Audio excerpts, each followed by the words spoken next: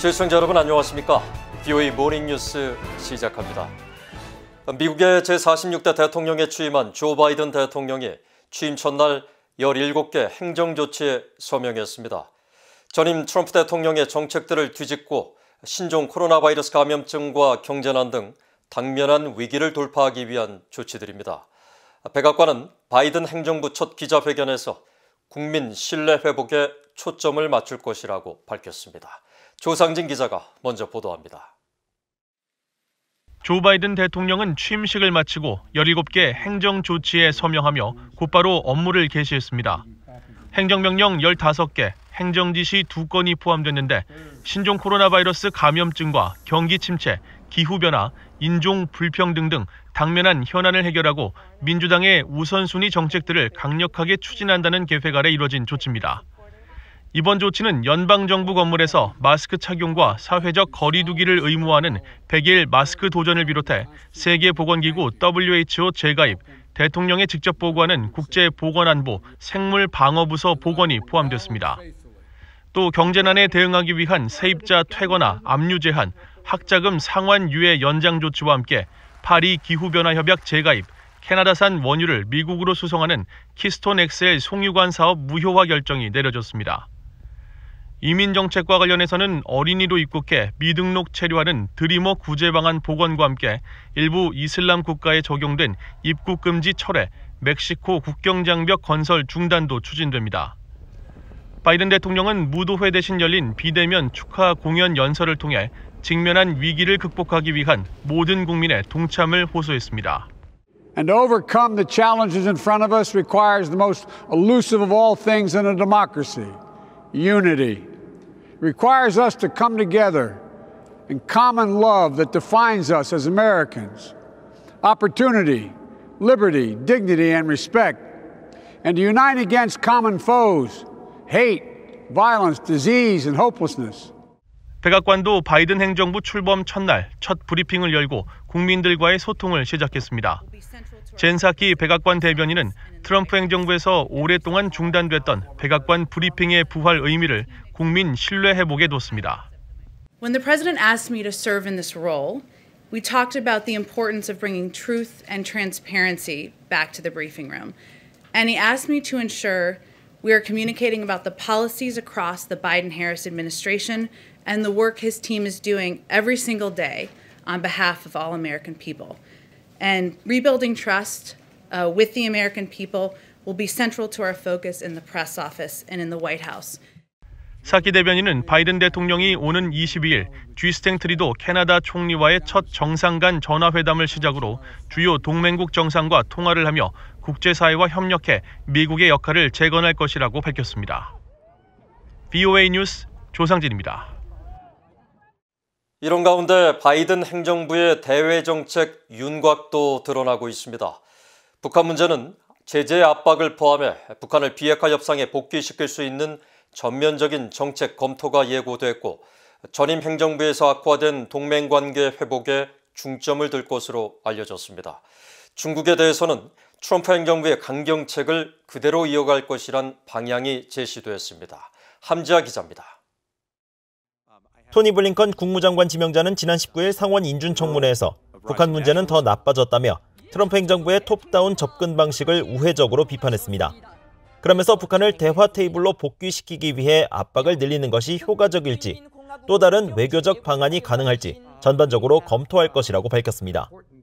I think we have to review, and we intend to review, the entire approach and policy toward North Korea because this is a hard problem that has plagued administration after administration, and it's a problem that has not gotten better. In fact, it's gotten worse. But I begin by acknowledging the fact that it was a hard problem to begin with. 로이드 오스틴 국방장관 지명자는 군사위원회 인준청문회에서 바이든 대통령이 곧 대북 정책을 포함해 범정부 부처 간 전략적 재검토 지시를 내릴 것으로 기대한다면서 국방부도 모든 전략적 재검토 과정에 참여하게 될 것이라고 강조했습니다. 동맹관계와 미국의 지도력 복원도 줄곧 강조됐습니다.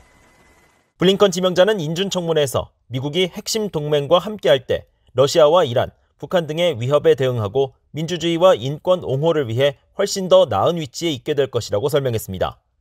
오스틴 국방장관 지명자도 이란과 북한, 그리고 테러로부터 야기되는 위협에 대처하기 위해 국방부는 동맹 공조에 주력할 것이라면서 특히 미한 동맹은 영내 평화와 안보의 핵심 축이며 전 세계의 가장 역동적이고 강력한 억지력이라고 평가했습니다. 반면 대중국 정책과 관련해서는 전임 트럼프 행정부와 같이 중국의 도전이 시급히 해결해야 할 과제라는 점이 강조됐습니다. 오스틴 지명자는 미국이 아시아 문제에 집중해야 한다면서 특히 중국을 지속적인 도전이라고 강조했습니다. Globally, I understand that Asia must be the focus of our effort. And I see China in particular as a pacing challenge for the department. 블링컨 지명자는 트럼프 행정부의 대중국 강경책에 동의한다는 입장을 밝히면서 신종 코로나 바이러스와 관련한 중국의 불투명성 문제와 위구르족 학살 등 중국 내 인권 유리 문제를 지적했습니다. As we look at China, there is no doubt that it poses the most significant challenge of any nation state to the United States in terms of our interests, the interests of the American people. 그러면서 중국과의 관계에서 적대적인 면이 더 커지고 있다며 공동의 이익 관계에 있어 미국과 중국은 여전히 경쟁과 협력 관계에 있지만 미국은 약자가 아닌 강자의 위치에서 중국에 접근하기 시작해야 한다고 말했습니다.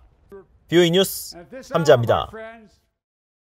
북한과 직접 핵 협상을 했었던 미국의 전직 당국자들은 바이든 행정부가 과거 대북 정책의 실패를 참고해 비핵화 방안을 추진할 것을 제안했습니다. 또 거래적 관점에서 벗어나 동맹을 존중하는 전통적 접근법으로 문제를 해결해야 한다고 강조했습니다. 조은정 기자입니다. 1994년 북핵 1차 위기 당시 미북 제네바 기본 합의를 맺었던 로버트 갈루치 전 국무부 북핵 특사는 바이든 행정부가 트럼프나 오바마 행정부의 정책을 단순히 답습해서는 안 된다고 지적했습니다. 갈루치 특사는 그러면서 바이든 대통령이 북한 문제의 현황을 검토하고 동맹들과 협의해야 한다고 강조했습니다. The President-elect Biden will call for a policy review, reconsider where we are with Pyongyang, and consult with our allies. Seoul and Tokyo, consult with our friends in Beijing, and then for some way of engaging the North Koreans, which is appealing to them as well. 2005년부터 2008년까지 북핵 육자회담 수석대표를 지낸 크리스토퍼 힐 전 국무부 동아태 담당 차관보도 견고한 정책 기반과 주변국과의 협력을 강조했습니다. 특히 북한은 모든 기회를 포착해 비핵화를 미루고 핵 보유국 지위를 인정받으려 하고 있다며 미국이 결코 북한을 핵 보유국으로 인정하지 않을 것이라는 점을 확실히 해야 한다면서 북한을 더욱 압박하는 동시에 유연한 다자적 접근법을 취해야 한다고 강조했습니다. My personal preference is to have multilateral because I think it puts more pressure on North Korea and offers more opportunities to talk with them in different diplomatic configurations. 마크 피츠패트릭 전 국무부 비확산 담당 부차관보는 바이든 행정부가 달성 가능한 성과부터 추구해야 한다며 이른바 스몰 딜부터 시작할 것을 제안했습니다. They should seek gains that they can. They should realize that North Korea will not denuclearize anytime soon, but that it may be able to persuade North Korea to limit its nuclear and missile development, to stop producing fissile material, to close down Yongbyon as North Korea said it would do. 브래들리 뱁슨 전 세계은행 고문은 북한의 경제 안보가 중요하지만 경제 안보는 인도주의 지원과 제재 완화만으로는 달성할 수 없다고 지적했습니다. 그러면서 북한 경제의 국제사회 통합을 위해 북한 당국과 논의해야 하며 거시경제를 관장할 제도와 정책을 수립하고 국제통화기금 IMF 등의 국제기구의 기술적 조언을 받아야 한다고 강조했습니다. 인도태평양 지역 안보와 번영의 핵심 축 역할을 하는 미한 동맹을 복원하고 강화해야 한다는 제언도 이어졌습니다. 브루스 클링너 헤리티지 재단 선임 연구원은 방위비 분담금 협상이나 대북 정책 차이 등으로 경색된 미한 관계를 개선해야 한다고 지적했습니다. 또 이를 위한 가장 중요한 방법은 바이든 대통령이 공통된 가치와 원칙, 목표에 입각한 정통적인 동맹관으로 돌아가는 것이라고 강조했습니다. VOA 뉴스 조은정입니다. 한국 외교부가 21일 청와대 업무보고에서 미국과의 긴밀한 공조를 바탕으로 미북, 남북 대화의 대전환을 이룰 수 있도록 외교적 총력전을 펼칠 것이라고 밝혔습니다. 또 바이든 행정부와 고위급 교류를 추진하고 미북 대화의 조기 재개 노력을 통해 실질적 비핵화를 위한 가시적 성과를 도출하도록 시도할 것이라고 덧붙였습니다. 통일부도 업무 보고에서 바이든 행정부를 비롯해 관련국들과 여러 소통을 강화해 한반도 평화의 우호적인 국제 환경을 조성하고 한반도 평화 프로세스 추진을 위해 남북 연락 채널 복원과 서울 평양 간 상주 대표부 설치를 추진할 계획이라고 밝혔습니다. 한국 국방부는 북한의 핵과 대량 살상 무기를 억제하고 대응 능력을 키우기 위해 한미 맞춤형 억제 전략과 공동 미사일 대응 전략을 보완하고 북한이 호응할 경우 남북 군사 공동위원회를 구성해 남북 군사회담 정례화 방안도 추진하겠다고 밝혔습니다. 북한 정권이 이미 핵 추진 잠수함 건조 기술을 확보했으며 핵탄두 대기권 재진입 기술과 다탄두 기술을 확보했을 가능성이 있다는 연구 보고서가 나왔습니다. 한국국방연구원 북한군사연구실은 20일 발표한 보고서에서 핵잠수함 개발을 통한 원거리 작전 능력과 잠수함 발사 탄도미사일 SLBM의 개발은 미국에 대한 주요 억제 수단으로 간주될 것이라며 북한 정권이 미국을 상대로 강대강 전략을 선언한 만큼 핵 잠수함 전력과 의지를 드러낸 것으로 평가했습니다. 보고서는 또 북한이 궁극적으로는 다탄두 개별 목표 도립체 개발을 우선순위에 둘 것으로 전망하면서 북한이 2017년 이후 탄두 하부 구조 시스템 실험을 진행한 것을 감안할 때 기술 완성에 근접했다는 북한 당국의 주장을 가볍게 여겨서는 안 된다고 지적했습니다. 북한의 오징어잡이 선박수가 지난해 급감한 것으로 조사됐으며 이로 인해 북한의 열악한 식량난이 가중될 수 있다는 분석이 제기됐습니다. 국제비영리 조사기관인 글로벌 피싱 워치는 21일 보고서에서 지난해 북한 오징어잡이 선박의 러시아 근해 조업 횟수가 14만 7천 회에서 6,600회로 95%가량 급감했다고 밝혔습니다.